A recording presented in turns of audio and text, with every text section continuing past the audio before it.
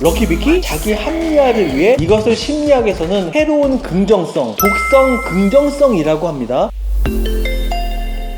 안녕하세요. 영교시 부모역 김성권 교수입니다. 여러분 혹시 원형적 사고라는 말을 아십니까? 원형적 사고는 걸그룹 아이브 멤버 당원형이 초긍정적 사고에서 비롯된 인터넷 밈이자 유행어입니다. 럭키비키라는 말은 럭키와 당원형의 영어 이름 비키를 연달아 쓴 일종의 언어 유희이기도 하죠. 원형적 사고는 단순한 긍정적 사고를 넘어 모든 사건이 궁극적으로 긍정적인 결과로 귀결될 것이라는 확고한 낙관론을 바탕으로 하는 포괄적인 긍정적 사고를 의미한다고 이해하시면 됩니다. 부정적인 것들조차 긍정적인 결과에 이르는 과정과 원인으로 받아들이는 사고 방식입니다. 자, 그렇다면 원형적 사고 이면에 숨어있는 초긍정주의의 문제는 없을까요? 오늘 영교시 부모역에서는 원형적 사고 안에 숨겨진 진실에 대해서 알아보겠습니다.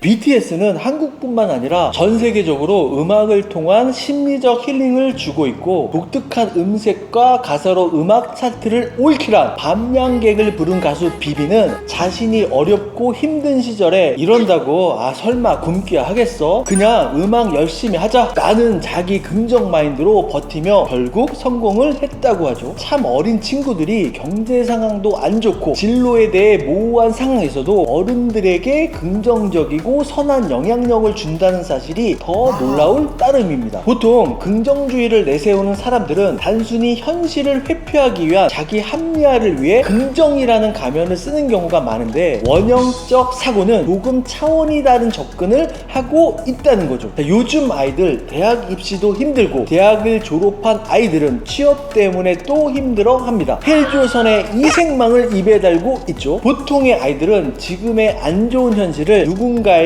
책임을 넘겨야 자신이 편해진다고 생각합니다. 하지만 원형적 사고에서 우리가 눈여겨볼 내용은 그저 현실을 회피하거나 왜곡하지 않고 벌어진 상황을 있는 그대로 받아들이는 것을 전제로 한다는 거죠. 사실 이게 굉장히 힘든 건데 원형적 사고는 이걸 강조합니다. 원형적 사고의 긍정적인 심리적 가치를 정리해볼게요. 자녀들에게 인기 있는 유명인이 부정적인 언어가 아닌 긍정 언어를 사용했다는 겁니다. 안 좋은 말보다는 인기 많은 유명인이 정서적으로 혼란스러운 아이들에게 긍정적 메시지를 주었다는 사실 하나만으로도 꽤 괜찮아 보인다는 거죠. 둘째, 혼란스러운 세상에서 벌어지는 각종 일들에 대해 보다 균형적인 의미를 만들었다는 겁니다. 내가 어려움에 빠지거나 곤란스러운 상황이 발생했을 때 타인이나 세상에 그 책임을 던지지 말고 상황을 객관적으로 바라보고 그것을 균형적 사고로 이해하고 내가 해야 할 행동을 긍정적으로 결정하라는 겁니다. 셋째, 원형적 사고에는 자성 예언 효과, 자기 충족적 예언이 있다는 겁니다. 미래에 대한 기대와 예측에 스스로 나의 모습을 규정하고 바꾸어 나가면서 결과적으로 내가 기대한 모습대로 변한다는 뜻이죠. 하지만 우리가 원형적 사고와 럭키비키를 말할 때 한 가지 드리고 싶은 말씀이 있는데요. 낙관적 사고는 삶에 있어 선한 영향을 주는 건 맞지만 그것이 너무 과하면 인과관계가 안 맞는 낙관만을 말하게 됩니다. 이것을 심리학에서는 해로운 긍정성, 독성 긍정성이라고 합니다. 지나치게 긍정적인 사고방식을 가리키는 용어인데요. 해로운 긍정성의 문제점을 세 가지로 지적할 수 있는데요. 첫째, 현실 회피입니다. 아무리 상황이 부정적이라도 항상 긍정적으로 생각하려는 것은 오히려 정신적으로 해로울 수 있다는 거죠. 우리가 느끼는 고통과 비통함, 걱정, 두려움이라는 감정은 사람이 갖는 아주 일반적이고 정상적인 것인데, 이를 무시하고 무작정 긍정만을 강요한다면 내적 고통만 더 쌓이게 되고 그것을 해결하지 못하는 순간 현실 회피를 하게 된다는 겁니다. 둘째, 감정 어감입니다. 그것은 우리 내면에 있는 진짜 감정을 가리는 가면과도 같고 마음의 상처를 회복하는데 많은 많은 방해를 합니다. 부정적인 감정을 억압하면 이를 받아들이는 것보다 감정적으로 과중된 더 큰 부담감을 느낄 수 있다는 거죠. 불안과 우울증, 스트레스와 같은 정신적인 문제를 가볍게 받아들여서는 안 된다는 겁니다. 셋째, 자기 회복력 저하입니다. 부정적인 감정을 억압하면 이를 받아들이는 것보다 감정적으로 과중한 부담감을 느낄 수 있다는 거죠. 새로운 긍정성은 부정적인 감정을 인정하고 처리하는 것을 방해하기 때문에 실제로는 자기 회복력을 저하시키는 결과를 초래할 수 있다는 거죠.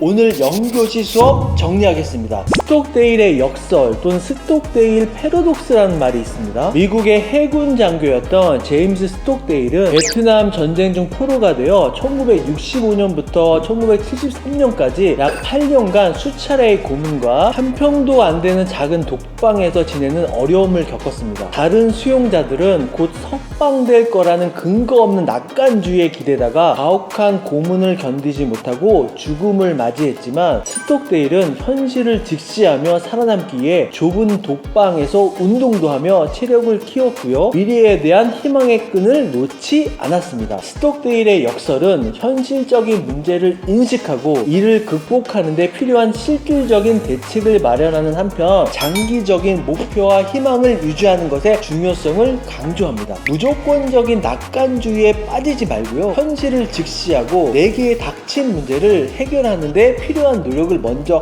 하시고요. 동시에 미래에 대한 긍정적인 기대를 갖는 것이 더 현명한 삶의 자세가 아닐까 싶습니다. 이상으로 영교시 부모예요 김성건 교수였습니다.